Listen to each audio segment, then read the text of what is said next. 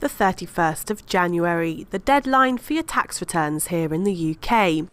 Britons pay 20 to 40% tax, enough to hurt your pocket in these tough economic times.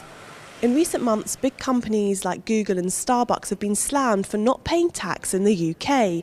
And now a report by leading charity Oxfam has found that tax evasion by some of Britain's richest individuals has cost the country £5.2 billion. Press TV spoke to Oxfam's Krishna Ponasamy. What it means is that's less revenue, so £5 billion less coming into the government, and that means the government's got to make deep spending cuts. If they brought in that extra £5 billion, we could spend that money on scrapping the welfare uprating bill, so allowing people's incomes to keep pace with inflation. We could double the childcare entitlement that helps people to go back to work.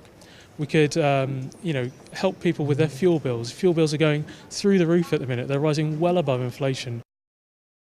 In fact, this missing tax money could provide every single household in Britain an extra £200. While these billions sit in offshore safe havens, ordinary people are left to pick up the tab, and it's the poorest that are losing out the most. Hundreds of thousands already rely on food banks to survive. That money can actually be used to help protect the people who are the poorest in the UK. They're the ones who are actually seeing their incomes squeezed the most. When the government's introducing its measures, they've actually fallen on the poorest tenth 7 times harder than it's fallen on the richest tenth.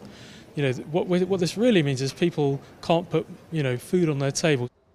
Oxfam has called the situation sickening and immoral and has called on the government to do more.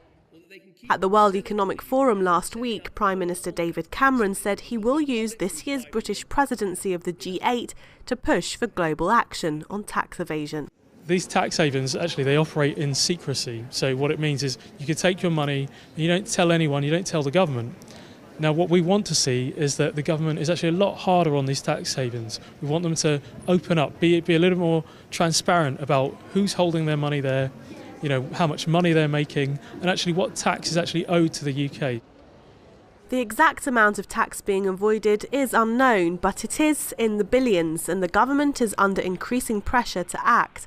It could be that sometime soon those safe havens for your billions may not be so safe after all. Nagus Mobelari, Press TV, London.